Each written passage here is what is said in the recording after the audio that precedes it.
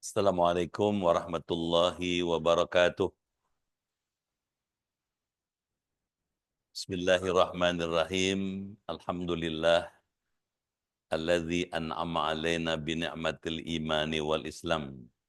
Salatu wassalamu ala sayyidi waladi adnan wa ala alihi wa ashabihi wa atba'ihi alladzina jahadu fi sabili rahman amma ba'd.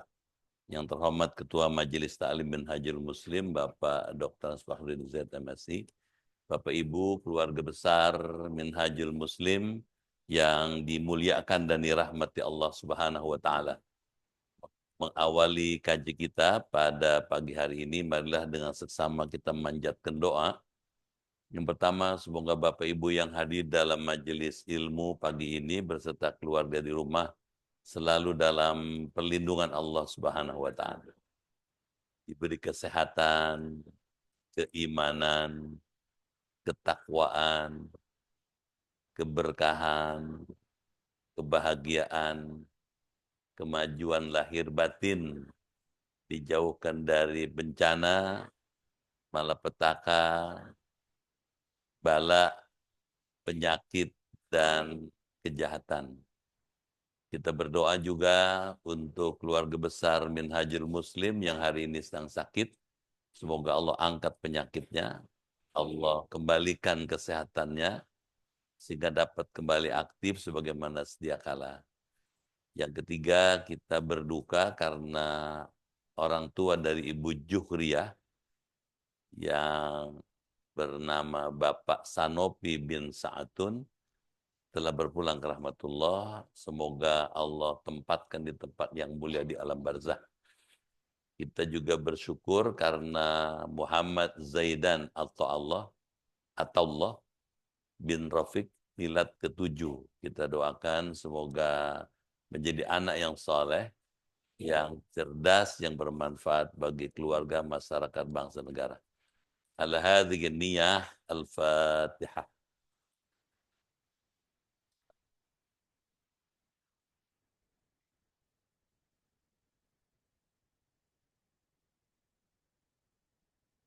Bismillahirrahmanirrahim. Ya Fattahu ya Alim. Iftah abwaba qulubina binuri ma'rifatik. Wa akhrij alaina min dhulumatil jahli wal wahmi ila nuril fahmi wal ilmi. Waftah alaina abwaba ilmika kama fatahtaha ala anbiya'ika wa ulama'ika al-mutaqaddimin al-mutaakhirin. Wansur alaina rahmataka ya dzal jalali wal ikram. Allahumma sallimna wa sallim dinana wa sallim ahlana wa auladana wa dzurriyyatana wa sallim jama'atana wala siyama jama'ah minhajul muslim min afatid dunya wal akhirah wala taslub waqtan naza' imanana wala tusallit alaina man la yakhafuka wa la yarhamuna warzuqna khairai dunya wal akhirah innaka ala kulli syai'in qadir. Allahumma ighfir lana wa liwalidina wa liman lahu haqqun alaina wa li jami'il muslimina wal muslimat wal mu'minina wal mu'minat al ahya'i minhum wal amwat. Allahumma ighfir lahu warhamhu wa'afihi wa'fu anhu waj'al jannata maswahu waj'al qabrahu almarhum Bapak Sanopi bin Sa'atun raudatan min riyadil jinan wala taj'al qabrahu hufratan min hufarin niran.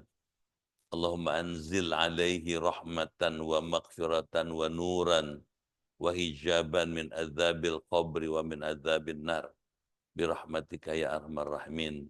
Allahumma ij'al waladana hadza Muhammad Zaidan Atullah bin Rafiq najahan falahan yusran sahlan fima ta'allaq bimiladi hadzal yaum birahmatika ya arhamar rahimin. Waftah lana walahu abwaba fadlika wa judika wa karamika wa izzatika wa jalalika wa haibatika wa rizkika wa afiatika. Rabbana atina fid dunya hasanah wa fil akhirati hasanah wa qina adzabannar walhamdulillahi rabbil alamin.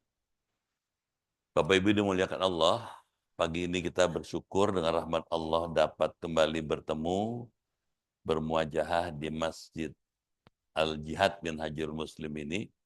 Untuk itu saya menyampaikan ucapan terima kasih dan penghargaan yang tinggi pada Bapak dan Ibu yang memilih hadir di Minhajul Muslim pagi ini. Saya doakan semua yang hadir beserta keluarga masuk surga, badannya sehat, umurnya panjang, imannya kuat, ibadahnya giat, rezekinya luas, hidupnya berkah, keluarganya sakinah, bisa husnul khotimah. Pagi ini kita akan melanjutkan kajian kitab Bidayatul Hidayah yang disusun oleh Imam Al-Ghazali. Kalau di sini halaman 67. Ya, 67 baris keempat dari atas. Ya, silakan dibaca. Bismillahirrahmanirrahim. Wa kayfiyati talbisihi ala ulama'is su'i hatta aradahum limaqtillahi ta'ala wa sukhtihi haisu akalud dunya bid-dini wattakhadhu al-ilma dari'atan wa wasilatan ila akhdi amwali as-salatina wa akli amwali al-awqafi wal yatama wal masakina wa sarfi himmatihim tula naharihim ila talabil jahi wal manzilati fi qulubil khalqi wattarrahum dzalika ilal mar'ati wal mamarati wal munaqashati fil kalami wal mubahati wa hadzal fannu minal ilmi an-nafi'i qad jama'nahu fi kitabi Ihya Ulumuddin fa in kunta min ahlihi fahassilhu wa'mal bihi thumma 'allimhu wad'u ilaihi faman 'alima dzalika wa 'amila bihi thumma 'allamahu wa da'a ilaihi Wadhu. fadzalika yud'a aziman fi malakuti as-samawati bi syahadati Isa alaihi salamu fa idza faragta min dzalika kullihi faragta min islahi nafsika zahiran wa batinan wa fadula syai'un min awqatika fala ba'sa an tastagila بعلم المذهب في الفقه لتعرف به الفروع النادرة في العبادة وطريق التوسط بين الخلق في الخصومات عند انكبابهم على الشهوات فذلك أيضا بعد الفراغ من هذه المهمات من جملة فروض الكفايات. Lagi sampai lidzalika. فإن دأتك نفسك إلى ترك ما ذكرناه من الأوراد والأذكار استثقالا لذلك. Bapak Ibu dimuliakan Allah, apa maknanya? Seperti apa pahamnya? Bagaimana maksudnya kita kaji pagi ini? Imam Ghazali mengajarkan pada kita adab. Apa yang bagus kita lakukan baina tulu isyamsi ila zawal.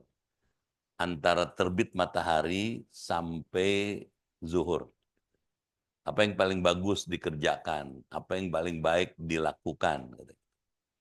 Di antara yang paling baik itu, kata Imam Ghazali, al-afdal, yang paling bagus katanya, waktu antara terbit matahari sampai gelincirnya matahari, zuhur, diisi dengan tolabul ilmi, menuntut ilmu. Kedengaran? Menuntut ilmu ada dua hasilnya. Ada orang menuntut ilmu karena Allah, hasilnya menjadi ulamaul akhirah, ulama akhirat. Jadi ulama, ilmuwan yang orientasi dari hidupnya adalah bagaimana bisa sukses, bukan cuma di dunia sampai tapi ke akhirat. Tapi ada yang kedua, ada ulama usu, ulama yang buruk katanya. Nah, hati-hati dalam menuntut ilmu, jangan motifnya karena ingin menjadi ulama usu, ulama yang buruk. Kenapa? Karena akibat dari ulama su itu akan menghasilkan keburukan-keburukan. Nah, seperti apa akibatnya akan kita bahas. Wa kaifiyati talbisihi katanya. Dan caranya syaitan memalsukan katanya. Ala ulama isu kepada ulama su, ulama yang buruk katanya, akhlaknya. Jadi nuntut ilmu itu tidak sunyi dari godaan syaitan. Ya, setan menggoda supaya orang niat menuntut ilmunya jadi berubah. Kalau menuntut ilmunya karena Allah dan mengharapkan ilmu bermanfaat, hasilnya baik. Tapi setan berusaha mengalihkan niat itu sehingga menjadi ulama usuk yang buruk katanya. Hatta sehingga aradhum, ia katanya membanggakan, mengemukakan libaktillahi ta'ala kepada ulama su pada kutukan Allah Ta'ala. Jadi kalau kita menuntut ilmu, kemudian tujuannya adalah untuk keuntungan dunia dengan menggunakan agama, nah itu ulama su namanya.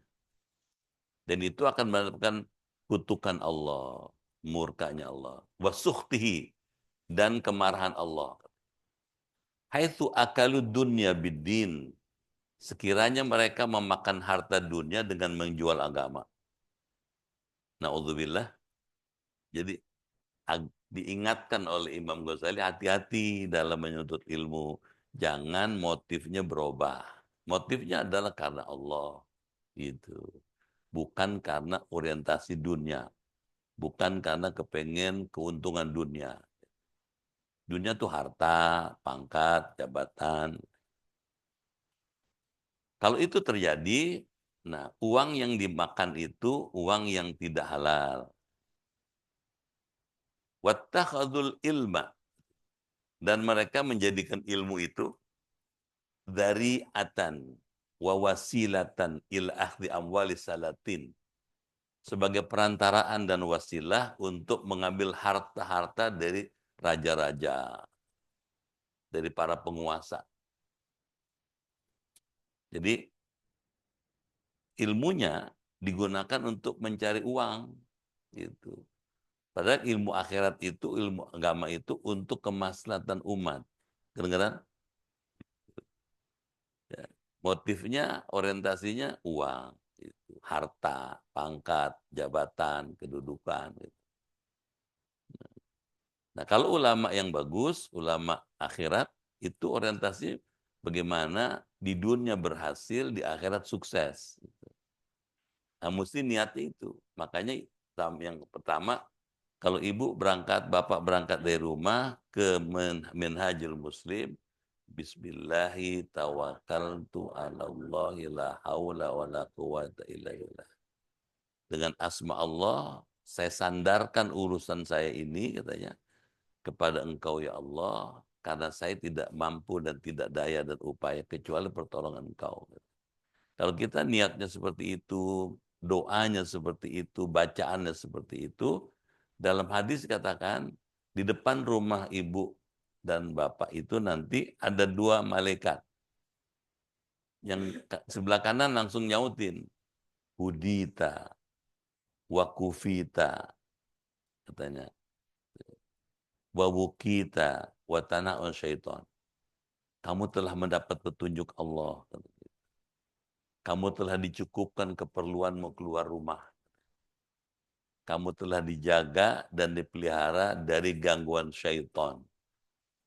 Itu yang mahal. Dan ketika ibu bapak melangkah dengan membaca doa tadi, gitu, maka malaikat yang baca doa itu ngikut sampai nanti pulang. Ibu dan bapak akan dijaga dari berbuat dosa, berbuat maksiat, berbuat yang menuju kepada kemurkaan Allah. Jadi yang pertama itu ya, setiap kali kita berangkat menuju ke tempat-tempat ibadah, ke pengajian, bekerja, dagang, usaha, bacalah itu. Jelas? Terus katanya, wa akli amwalil auqaf. Kalau orang orientasinya dunia, memakan harta-harta wakaf. Wakaf itu adalah harta yang dititipkan oleh orang, diserahkan untuk kemudian dipergunakan untuk kemaslahatan. Ketika diwakafkan, maka hubungan hukum antara si pewakaf dengan tanah atau harta wakaf itu putus. Tapi hubungan pahalanya masih. Kedengeran? Misalnya si A mewakafkan tanah, sebidang tanah. Begitu diwakafkan, maka si A tidak lagi boleh menjual tanah yang diwakafkan itu yang semula miliknya. Meskipun demikian, dia tetap dapat pahala. Karena tanahnya itu, wakafnya itu dipakai untuk kebaikan. Nah, orang-orang yang orientasi mencari ilmunya itu karena dunia, suka makan harta wakaf. Gitu. Naudzubillah. Wal yatama, harta anak yatim. Ya, dengan menyampaikan kepada masyarakat, mencari dana buat yatim, tetapi untuk kepentingan pribadi. Wal masakin, harta orang-orang miskin. Jadi mereka berani melakukan kejahatan sampai ke hal-hal yang terlarang itu. Wa sarfihim matihim tula naharihim ila talabil jah wal manzilah, dan menggunakan cita-citanya ya, tula naharihim, sepanjang hari mereka, untuk mencari kewibawaan dan kedudukan. Jadi yang dicari pangkat, jabatan, kedudukan, harta itu. Kedengeran? Padahal ilmunya ilmu-ilmu akhirat, ilmu-ilmu agama, ilmu-ilmu yang untuk maslahat umat. Gitu. fi qulubil khalqi, dalam hati manusia. Kepengen sohor, kepengen beken, kepengen terkenal, pengen populer. Wattarrahum dzalika, dan memaksa mereka dzalika, ya, perbuatan demikian itu ilal maraati katanya, kepada ria. Jadi pengen dipuji, pengen terkenal, pengen sohor gitu, pengen masyhur, wal mamarat katanya, dan menuju pada perdebatan, debat, wal munaqasyah fil kalam, suka memperdalam perkataan. Naudzubillah, supaya ada tulisannya.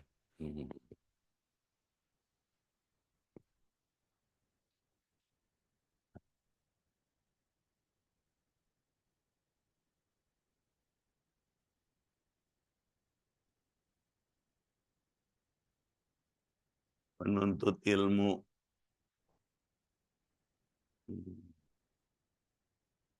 Ini akan menghasilkan para ulama, ilmuwan. Nah, oleh Imam Ghazali, ulama dibagi dua.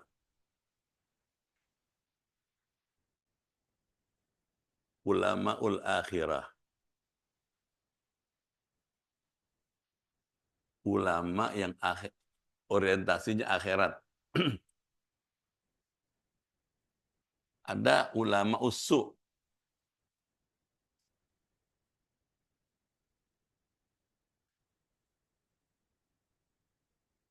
Ulama yang buruk. Kata Imam Ghazali, hati-hati dalam menuntut ilmu, jangan sampai jadi ini. Bisa tangkap nggak? Kalau jadi ini, orientasinya dunia. Orientasinya dunia. Kehidupan dunia.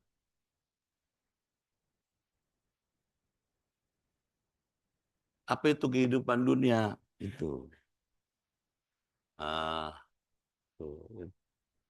Uang, pangkat, jabatan. Kedengeran? Itu. Nah, tidak jarang bahkan banyak orang yang orientasi ini suka memakan harta wakaf. Wakaf.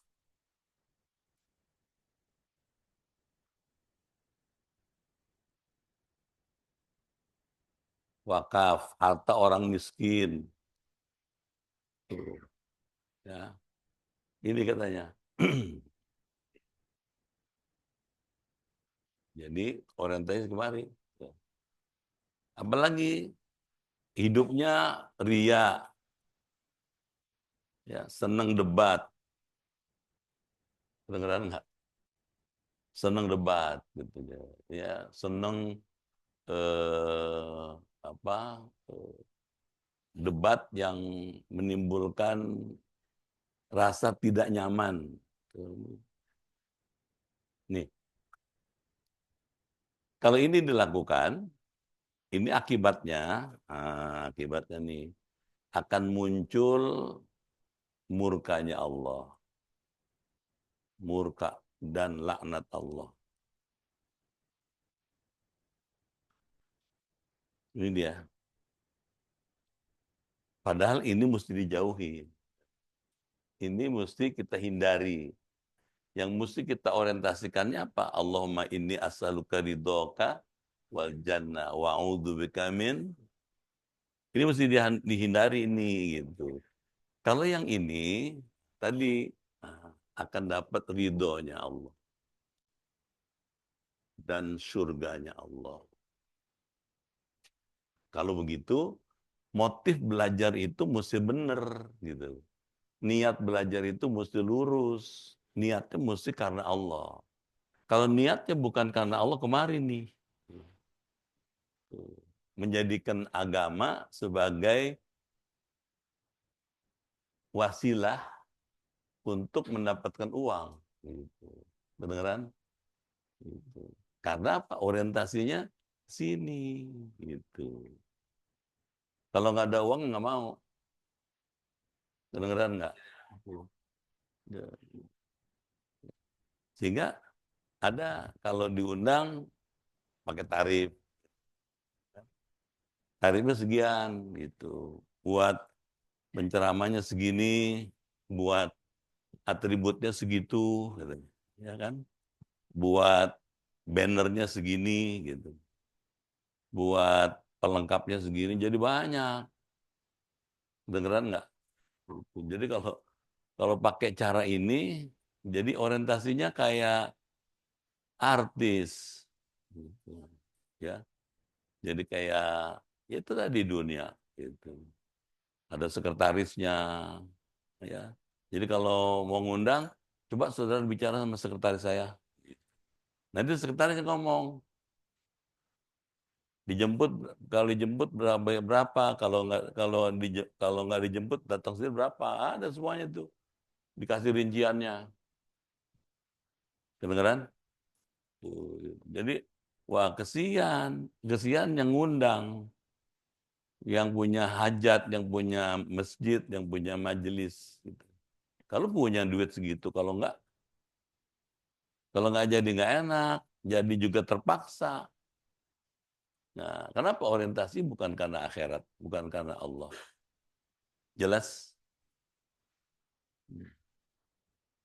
Nah, terus kata Imam Ghazali, wahadal fan, dan fan ini minal ilmin nafi' daripada ilmu yang bermanfaat.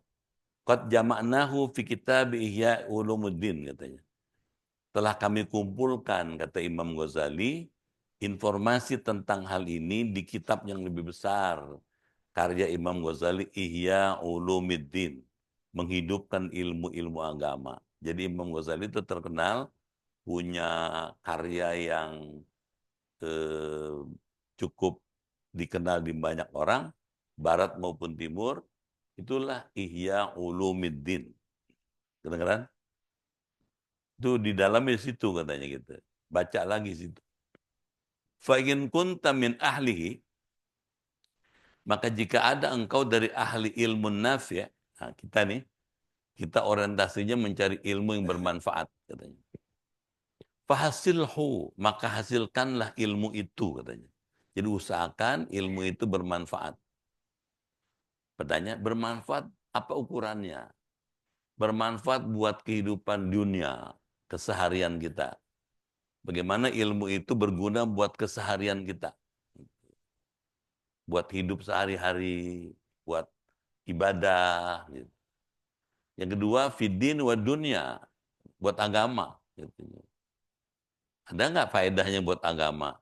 Kalau kita mendapatkan ilmu itu, agama mendapatkan manfaat. Yang ketiga, wal akhirat. Ada manfaat buat akhirat. Gitu.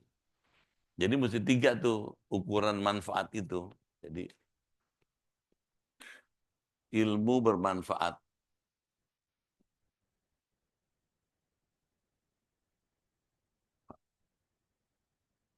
Satu, buat kepentingan hidup di dunia.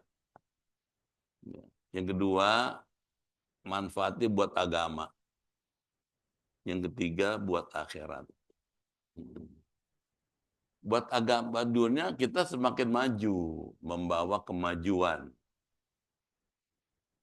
Di bidang apa? Di bidang ibadah, di bidang muamalah, di bidang kesejahteraan hidup. Agama meningkatkan makrifat, mengenal Allah. Jadi ilmu itu mesti meningkatkan, kita kenal nggak sama Allah, makin kenal apa enggak gitu. Makin tambah dekat nggak sama Allah gitu. Kalau ilmu itu nggak makin tambah dekat, jauh dari Allah, nggak manfaat. Yang ketiga, meningkatkan kedudukan di akhirat. Di sana tuh. Makin meningkat dia kedudukannya gitu. Jadi kalau punya ukuran kayak begini, manfaat dia. Berguna. Yang begitu dicari. Kedengeran? Nah, ilmu ini sendiri, kalau kita bagi lagi, klasifikasi ilmu.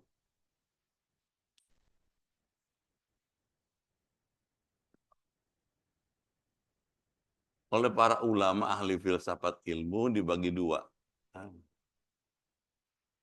Satu, ilmu yang ditransfer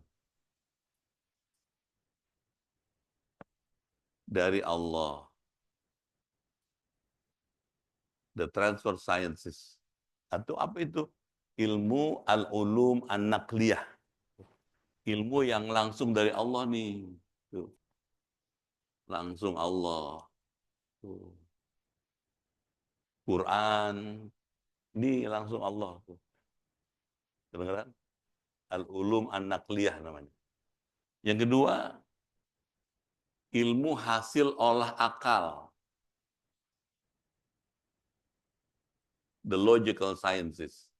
Apa itu hasil olah akal?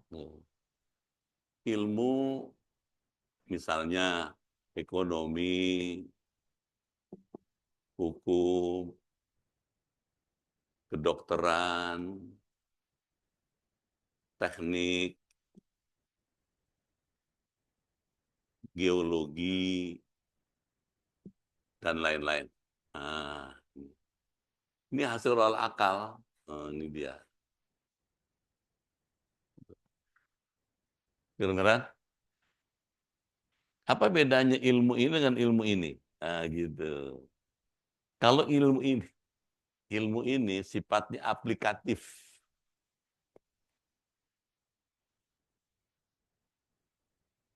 Nah, aplikatif artinya untuk diterapkan, diaplikasikan. Gitu. Kedengeran? Misalnya, Bapak seorang dokter. Dokter punya ilmu kedokteran. Nih. Ilmu ini diaplikasikan dalam kehidupan masyarakat. Ya. Jadi dipraktekin. Ada orang sakit, diperiksa, didiagnosa, kemudian disimpulkan, disarankan, ini beli resepnya obat ini, minum obat ini, istirahat, dan lain-lain. Nih, gitu ya. Nah, dia aplikatif. Ya. Kalau ilmu ini, dia bersifat direktif.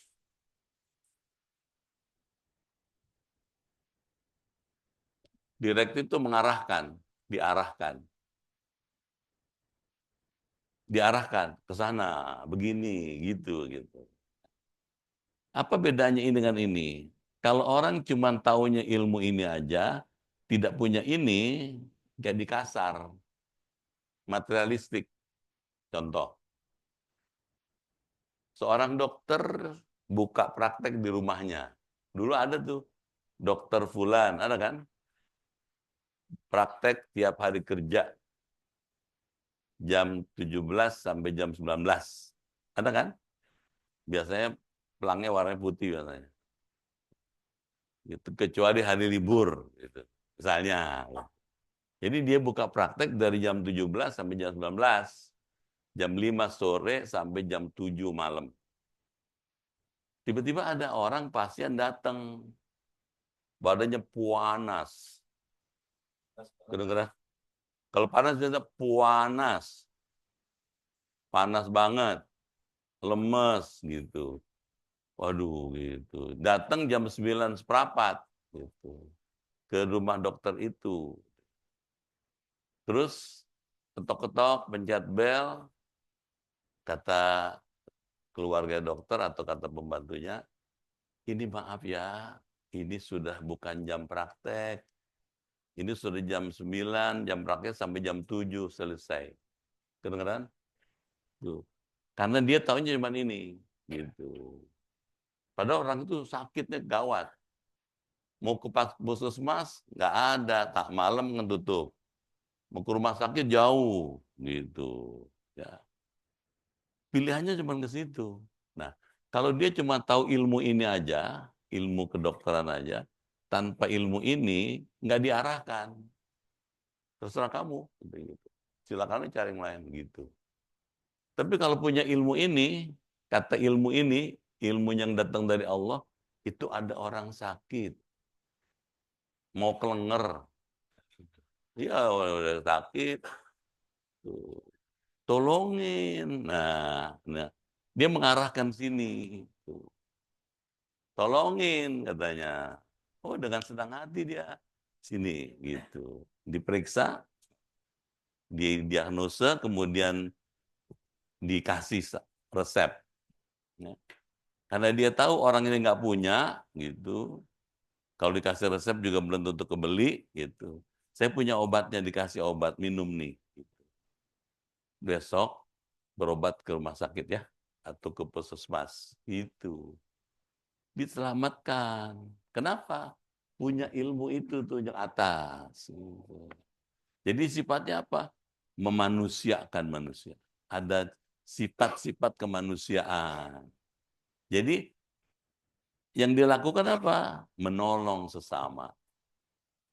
Kedengeran? Kenapa? Karena ada perintahnya tuh. Ada hadis yang ada dong. Kata Rasulullah, irhamu man fil ard, yarhamkum man fis sama. Katanya. Kasih sayangilah, katanya, olehmu semua yang ada di atas muka bumi. Katanya. Yarhamkum man fis sama. Kamu akan dikasih dan disayangi oleh semua yang ada di langit. Tuh. Kalau si dokter itu melakukan itu, gitu, dia akan didoakan oleh para malaikat, akan dapat rahmat Allah. Dan yang begitu berkah. Mungkin dia ngasih obat 2-3 butir obat, terus si pasien itu bisa tertolong, gitu, sementara sebelum obat yang sesungguhnya di rumah sakit, tapi gara-gara itu Allah ridho sama dia. Jadi kalau gitu-gitu, karena tuh dua-duanya penting. Ilmu terapan, aplikatif, itu penting supaya kita bisa hidup sehari-hari, tapi ilmu-ilmu Allah juga sangat penting. Kedengeran? Kalau enggak, kasar gitu. Berhitungan. Kedengeran enggak? Tuh, tadi. Makanya berbahaya. Ya, kalau cuman orientasi kepada dunia aja, nggak punya rasa kemanusiaan, nggak mau dia nolong orang. Gitu. Kedengeran? Jadi dua-duanya penting. Kalau yang ini dapatnya di minhajul. Kalau ini di luar minhajul. Kedengeran nggak? Ibu bapak punya ilmu ini, perlu ini. Kalau nggak ada ini kasar nanti. Jadi ngaji hari Ahad masih penting. Supaya bisa hidupnya bermanfaat. Nuraninya yang hidup. Jadi melayani dengan hati. Bukan dengan otak. Kalau dengan otak jadi kasar, hitungan. Kedengeran nggak? Saya kalau hitung-hitungan nggak ngajar minhajul.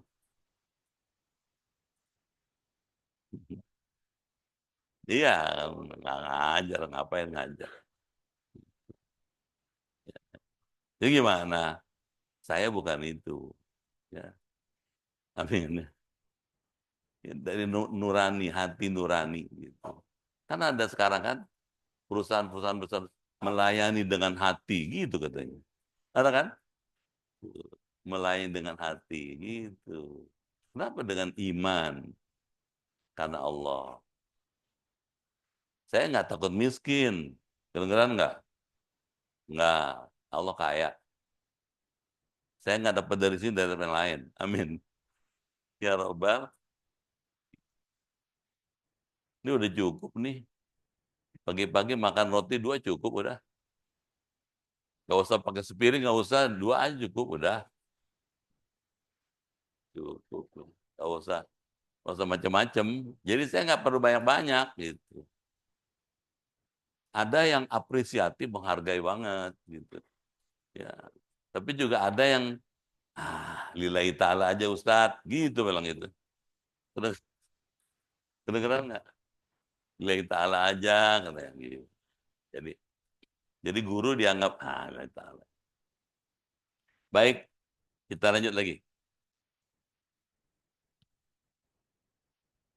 Fa in kunta min ahlihi, maka jika ada engkau dari ahli ilmu nafi itu, fahasilhu, katanya. Maka hasilkanlah ilmu itu. Usahakan cari ilmunya, ilmu yang tadi, ilmu yang bermanfaat.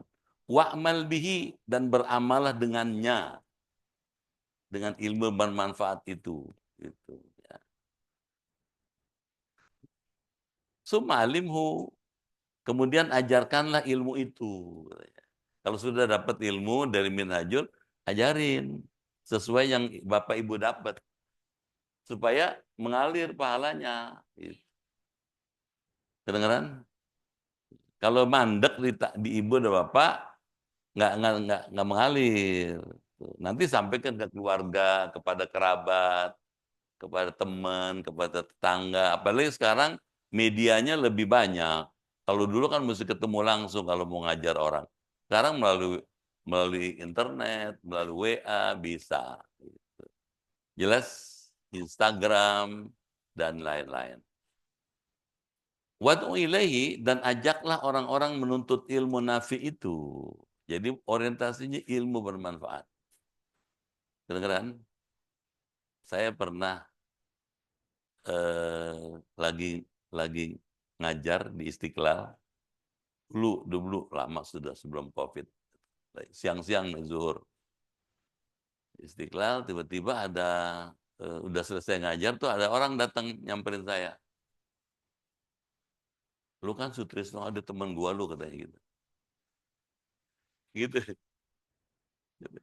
Iya, saya bilang gitu. Iya. Lu udah murtad lu, katanya gitu. Murtad. Enggak, saya enggak murtad. Saya masih tetap seperti kamu, gitu. Kenapa? Dia teman saya. Dulu di Fakultas Hukum UI.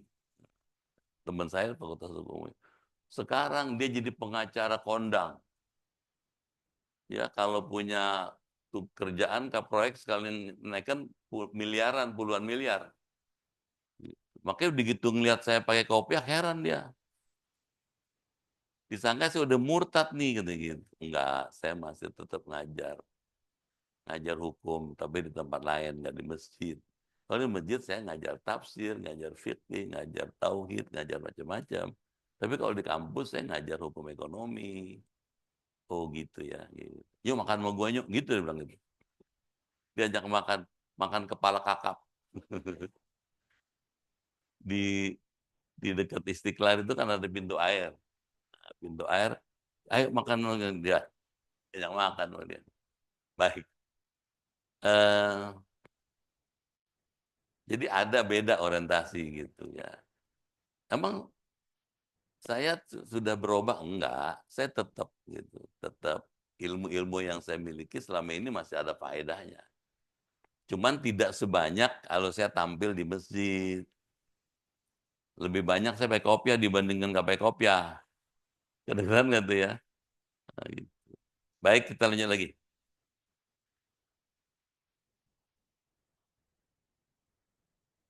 Faman alima dzalik, maka barang siapa yang mengetahui ilmu itu, katanya, wa amila bihi, dan ia beramal dengannya, summa allamahu, kemudian mengajarkannya, katanya. Wada'a ilaihi, dan mengajak kepadanya. Jadi belajar ilmu, memahami ilmu, mengajarkan ilmu, katanya gitu. Dan mengajak orang. Nah, jadi ilmuwan itu ada fungsi dakwahnya, ngajak. Padhalika yud'a aziman. Maka orang itu katanya akan disebut sebagai orang besar. Aziman. Fi malakutis samawati, di kerajaan langit, bisyahadati Isa alaihissalam, dengan kesaksian Nabi Isa alaihissalam. Jadi kalau kita belajar ilmu, memahami ilmu, mempraktekkan ilmu, mengajarkan ilmu, mengajak orang sesuai dengan ilmu yang diajarkan oleh Allah dalam Quran dan hadis Nabi, maka orang itu disebut aziman, orang besar. Ibu menjadi orang besar. Bapak jadi orang besar. Kalau tadi itu belajar, memahami, mempraktekkan, mengamalkannya, kemudian mengajarkan kepada orang, dan mengajak orang. Misalnya nih, yang gampang aja, diajarin di Minhajul sholat duha. Kedengeran? Sholat duha. Diajarin tuh faedahnya apa, fadilahnya kayak apa sholat duha. Ibu, bapak sudah paham, kemudian dipraktekin di rumah. Tiap hari sholat duha. Dipraktekin, kemudian ngajak. Gitu. Ngajarin orang, ngajarin keluarga supaya sholat duha. Dan ngajak orang supaya mau sholat duha. Itu orang menjadi mulia di sisi Allah. Kalau dia bilang aziman, orang yang agung, katanya, orang besar. Jadi ada proses belajar. Ini ada proses nih, proses belajar. Terus memahami. Kalau sudah memahami, mempraktekkan. Kalau sudah mempraktekkan, mengajarkan. Kalau sudah mengajarkan, baru mengajak. Mengajak orang. Kata Imam Ghazali, kalau Anda punya proses belajar, memahami ilmu, mempraktekkan ilmu, mengajarkan dan mengajak orang, menjadi aziman. Kana aziman. Jadi orang besar, orang terhormat. Kedengeran? Gitu. Meskipun cuma 4 rakaat sholat duha. Tapi continue, terus menerus. Tiap hari 4 rakaat gitu. 2 rakaat salam, 2 rakaat salam. Tapi tiap hari. Itu lebih bagus dibandingkan sekali sholat 12 rakaat. 6 bulan nggak sholat-sholat. Yang begitu, 1, 2 rakaat salam, 2 rakaat gitu, tiap hari. Gitu. Kedengeran? Sekarang duha jam 6.10 udah boleh duha tuh. 6.10 pagi udah boleh duha. Jadi silakan gitu. Gitu ya. Baik. Fa idza faragta min dzalika kullih, katanya.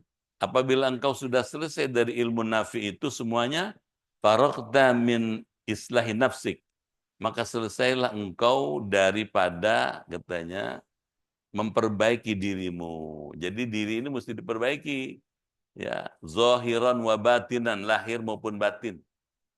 Jadi melalui ilmu hidup jadi tambah baik.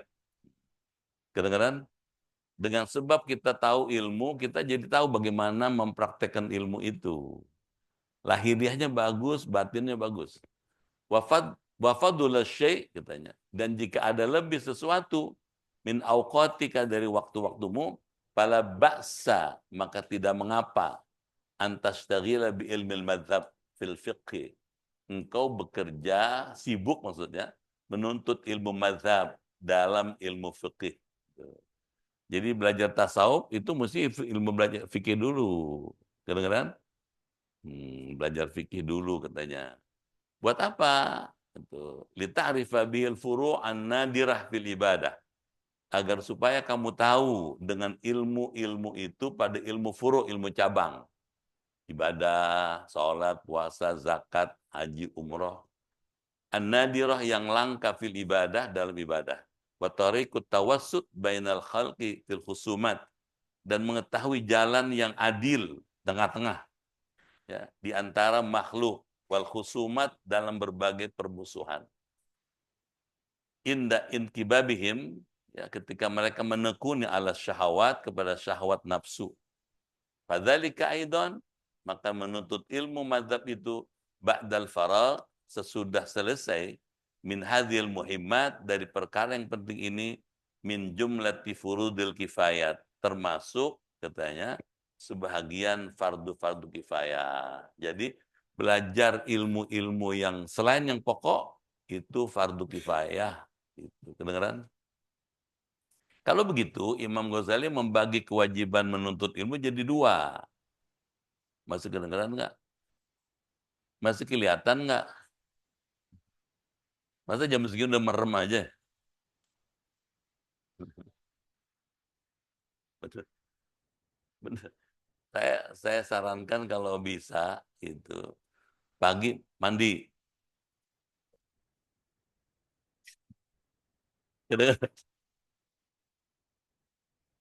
Tiap hari juga mandi Ustaz. Iya, mandi pagi-pagi sebelum subuh. Tuh. Kalau sebelum subuh udah mandi, badannya bersih, pori-pori ini bersih, dia jauh dari kantuk. Coba deh. Kalau bangun tidur, emang boleh. Emang nggak dilarang. Bangun tidur, bersih-bersih, wudhu, sholat. Nah, sholat, boleh, nggak dilarang. Cuman, kalau nggak tidur dulu, gitu, ntar asal lagi duduk, merem. Melanjutkan yang tadi. Kedengeran nggak tuh? Bersambung lagi. Jadi pengen nambah lagi gitu. Jelas? Itu gunanya mandi pagi. Amin. Ya Robbal. Kalau nggak mandi sebelum subuh, sampai jam 11 baru mandi. Kadang-kadang asar baru mandi. Ya Allah. Itu bukan orang minajul tuh. Kedengeran? Alhamdulillah. Jangan marah. Kita kadang-kadang mandi kalau pagi sebelum subuh, kalau keramas doang. Ya, Alhamdulillah, Bapak dan Ibu, materi pelajaran kita adalah nuntut ilmu itu adalah wajib, ya, wajib bagi kita, fardu kifayah. Jadi menuntut ilmu, mengajarkan ilmu, mengajak orang lain, ya, untuk belajar dan eh, manfaat bukan saja untuk diri sendiri, tadi keluarga dan masyarakat. Bapak dan Ibu masih ada waktu untuk menyampaikan pertanyaan kaitan dengan materi pelajaran kita hari ini, kemarin, eh, atau yang lain. Silakan. Ya, opung dulu. Halak kita, halak kita. Ya, jalan. Satu, cek. Belakang. Nih. Belakang dulu, belakang.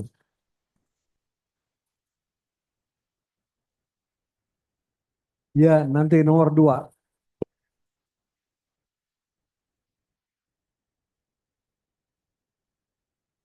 Assalamualaikum warahmatullahi wabarakatuh. Pak Ustadz mau tanya, kita insya Allah rajin belajar membaca Al-Quran dan belajar tajwidnya. Tapi kadang-kadang apa karena kita sudah tua ini lidahnya agak kaku kayak gitu yang umpamanya dokter umpamanya dibilangin huruf za atau huruf tahamas segala tuh kadang-kadang dapat, kadang-kadang udah lain lagi bacaan kita Pak Ustadz. Itu kita tetap mau belajar Pak Ustadz, tapi agak susah bisa seperti yang kita inginkan juga. Ya. Itu gimana Pak Ustadz? Baik. Terima kasih. Assalamualaikum warahmatullahi wabarakatuh. Ya, salam. Saya menghargai semangat, tekad, ya, tujuan, keinginan ibu untuk belajar bagus. Allah memuliakan niat baik itu katanya. Ya. Dalam praktek tidak selamanya kita bisa melaksanakan nuntut ilmu itu dengan sampai sempurna hasilnya. Banyak kendalanya. Kendala fisik misalnya karena beberapa hal sehingga tidak sempurna. kendala waktu, kendala kesehatan, dan lain-lain menyebabkan tidak sempurna. Selama kita punya tekad kuat untuk belajar dan hasilnya tidak sempurna, Allah menghargai. Bahwa misalnya tajwidnya nggak rapi, gitu, makharijal hurufnya nggak bagus, ya Allah ngerti, gitu. Allah tahu, ya misalnya mengeluarkan suara sifatul huruf, sod dengan sin katanya. Kadang-kadang kof dengan kaf itu mirip-mirip aja, nggak dibedain gitu. Kadang-kadang hampir sama. Ya semoga Allah memberikan ibu tetap pahala dapat. Jadi jangan kecil hati, jangan karena kesulitan teknis kemudian nggak mau belajar, nggak usah. Belajar aja terus semampunya, sebisanya. Yang penting belajarnya. Hasilnya serahkan sepenuhnya kepada Allah setelah ikhtiar maksimal. Hamesnya bagaimana, misalnya gitu. Kol-kolahnya bagaimana. Itu tentang tata cara membaca Quran. Nah, kalau di Minhajul, nanti diajarkan sama Ustadz Hanan, Ustadz Baihaqi, itu yang ke arah situ. Saya nggak ngajar itu ya. Sini tafsir diajarin. Di sini misalnya tauhid atau tasawuf. Nah, ibu jangan kecil, terus semangat. Nggak apa-apa, belajar terus saja, terus maju. Bahwa kurang sempurna, semua orang ibu. Ya, orang lain juga sama. Gitu, ya. Misalnya karena fisik sudah bertambah usia, gitu. Kadang-kadang lafalnya juga tidak pas, ya nggak sama dengan anak umur remaja misalnya atau anak TK SD, beda, masih bagus dia. Nggak apa-apa ibu, terus saja berjuang. Allah maha tahu, ibu. Ya, silakan. Ya, ya.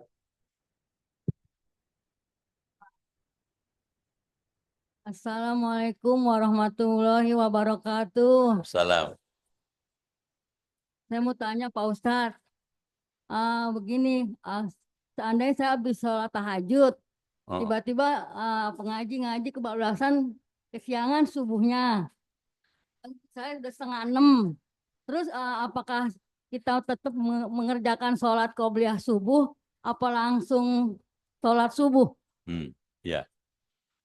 Dan yang kedua gini Pak Ustadz, Oh, apakah kita boleh kondangan ke dalam gedung gereja? oh, Ada resepsi kondangan ke gedung gereja. ya.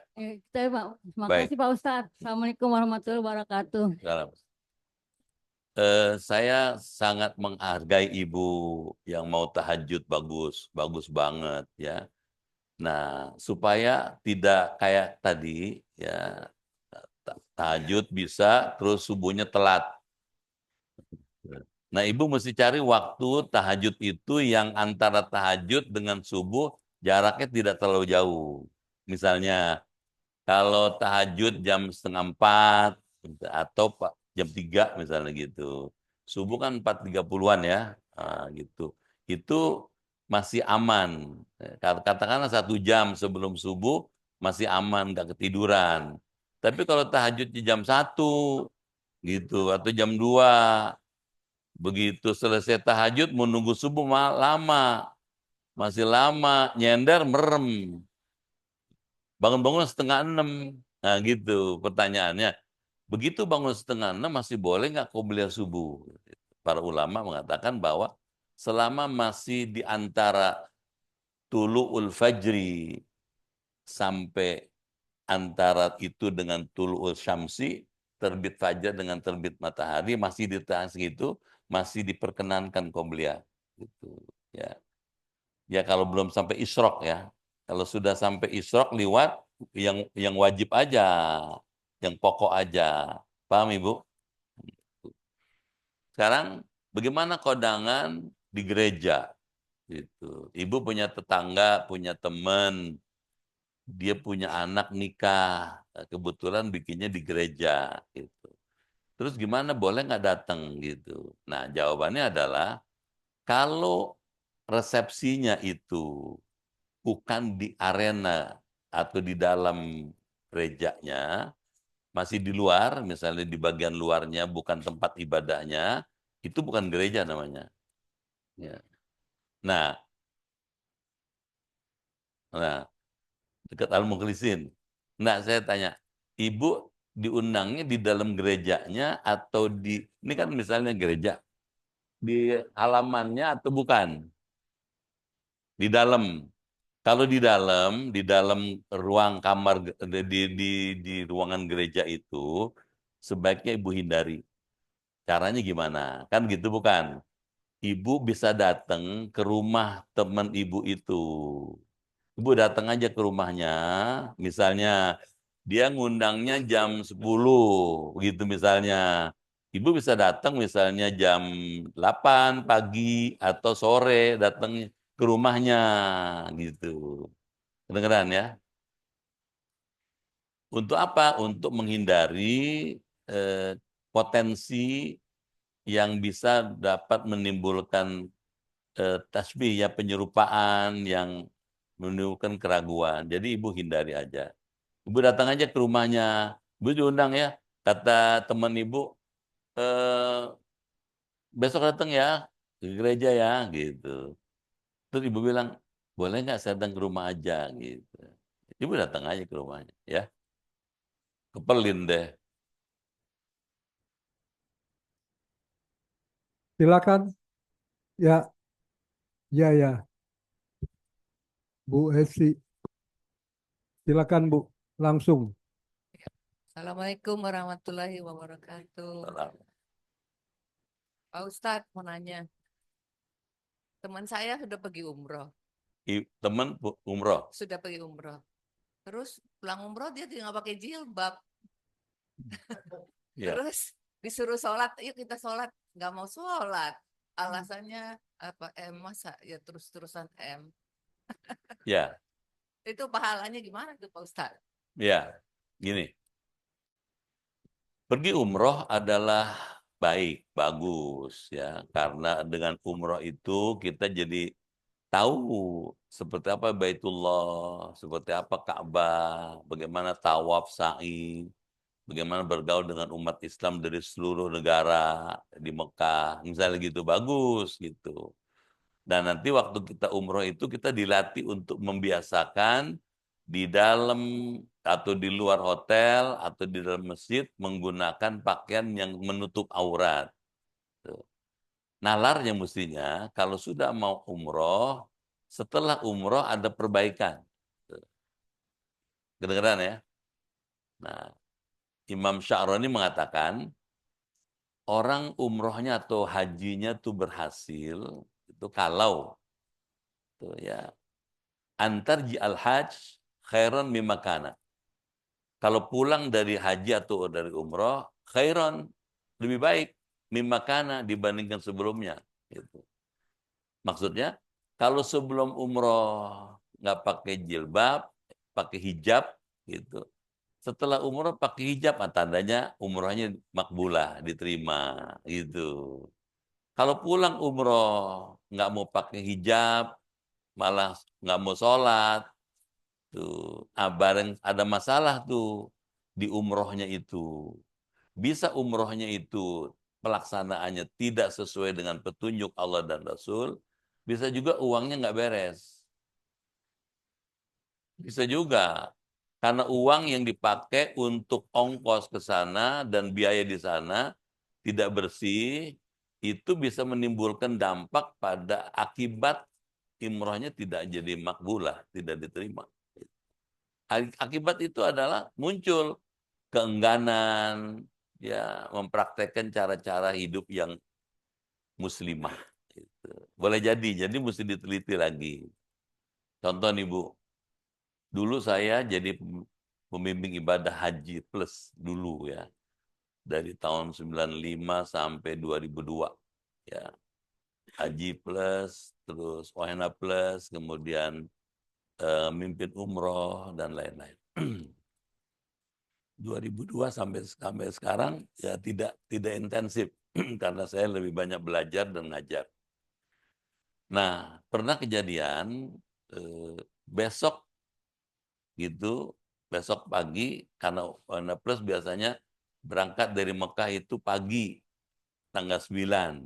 Wukufnya kan tanggal 9. Berangkatnya pagi habis subuh, gitu, tanggal 9-nya. Kalau orang yang reguler, berangkat tanggal 8, gitu. Nginep malam berwukuf. Kalau yang umroh Warna Plus biasanya berangkat pagi. Terus sorenya maghrib itu, sebelum maghrib saya kumpulin jemaah, kita sholat di masjid gitu. Sholat di masjid berjamaah dengan Masjidil Haram, kemudian sampai Isya.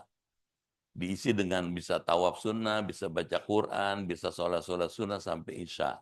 Udah selesai Isya, kumpul sama-sama pulang bareng-bareng ke hotel. Gitu. Sampai di hotel, gitu, kan makan malam di hotel, gitu, habis Isya. Terus orang pada makan, ada satu jamaah diem aja. Karena diem aja saya tamperin. Ayo Pak, kita makan malam supaya badan sehat, besok kita wukuf. Gitu. Besok intinya haji besok, gitu. Saya bilang gitu. Aduh, Ustadz maaf ya, saya nggak nafsu makan, nggak kepengen. Saya bilang kalau di sini makan jangan karena kepengen nggak kepengen, makan aja supaya nggak masuk angin. Nggak kepengen katanya. Padahal makanannya enak-enak di hotel kan, enak-enak. Gitu. Dia nggak mau makan. Terus kita ambil nasi, ngambil makan, terus duduk. Ya, setelah makan, terus saya tanya lagi, kenapa nggak mau makan Pak? Nanti Bapak sakit. Kalau sakit besok nggak bisa ibadah. Gitu. Duit saya hilang Ustadz.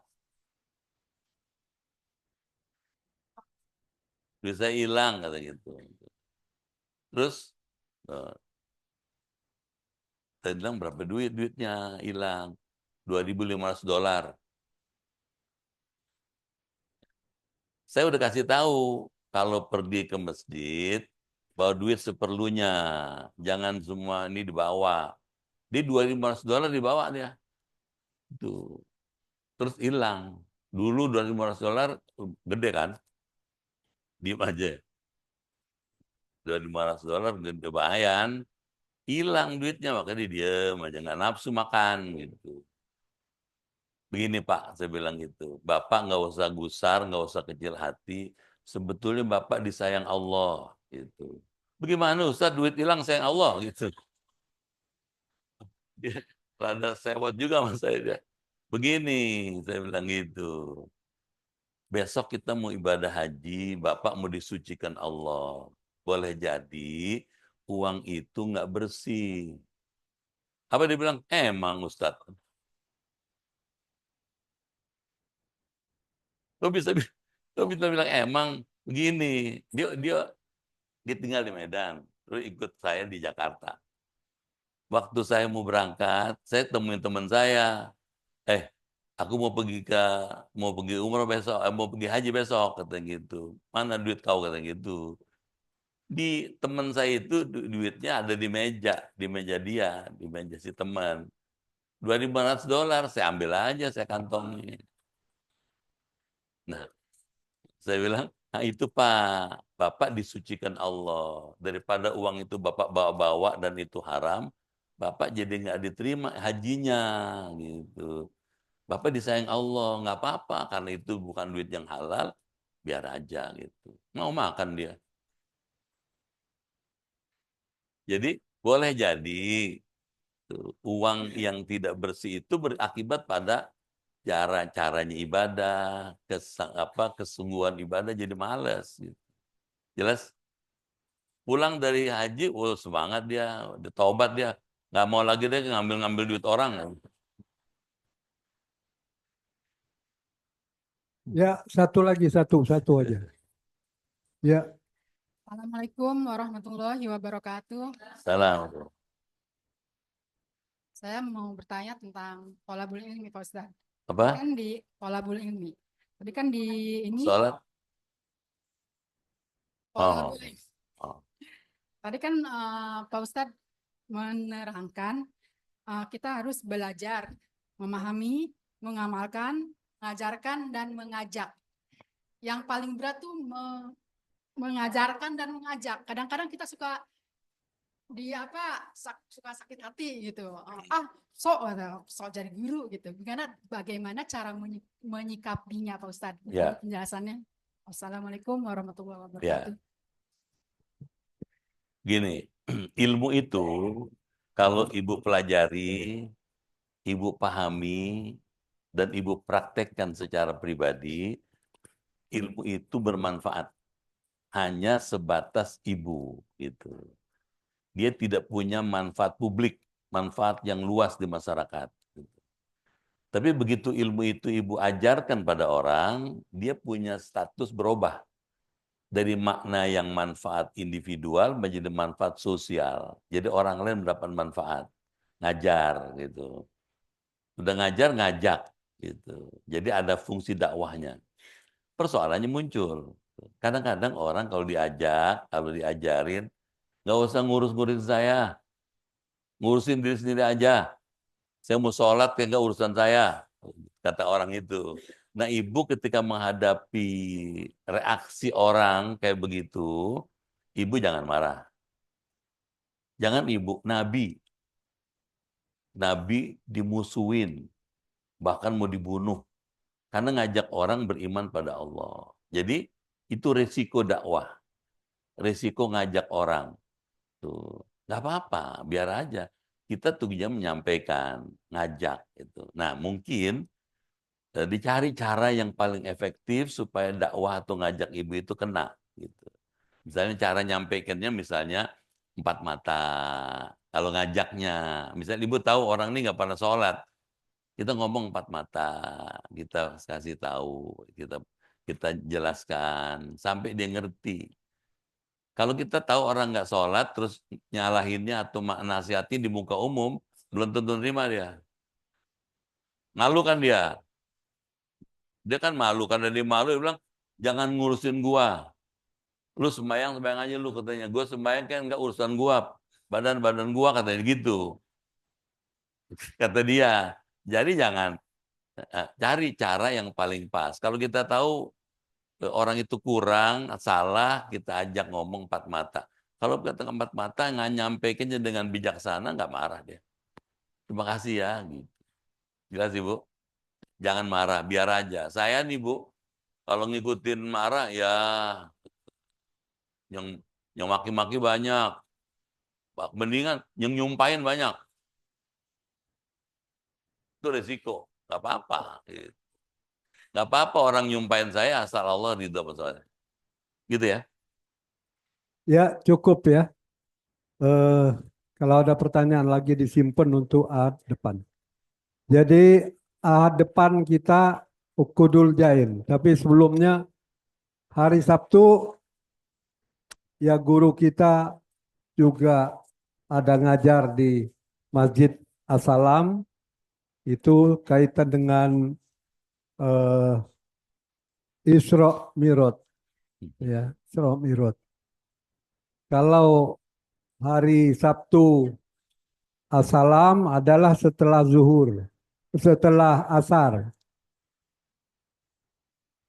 Selanjutnya untuk ahad depan di taklim kita biasa kitabnya Ukudul Jain halaman 49. Bagaimana biasa sebelum materi kajian kita laksanakan tadarus.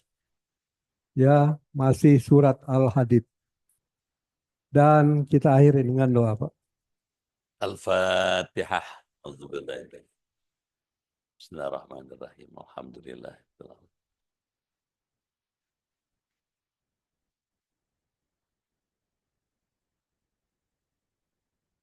Bismillahirrahmanirrahim. Alhamdulillahi Rabbil Alamin. Hamdan kathiran tayyiban mubarakan fih. Hamda yuwafi ni'amah wa yukafi mazidah. Ya Rabbana lakal hamdu wa lakal syukru kama yanbaghi li jalali wajhikal karim wa azimi sultanik. Allahumma inna nas'aluka imanan kamilan wa yaqinan sadiqan ورزقا واسعا وقلبا خاشعا ولسانا ذاكرا وبدنا صابرا والعفو عند الحساب ونجاة من النار. اللهم اختم لنا بحسن الخاتمة ولا تختم علينا بسوء الخاتمة. اللهم إنا نسألك علما نافعا وعملا متقبلا ورزقا طيبا. ربنا آتنا في الدنيا حسنة وفي الآخرة حسنة وقنا عذاب النار والحمد لله رب العالمين. Sekian, lebih kurang mohon maaf. Terima kasih. Assalamualaikum warahmatullahi wabarakatuh.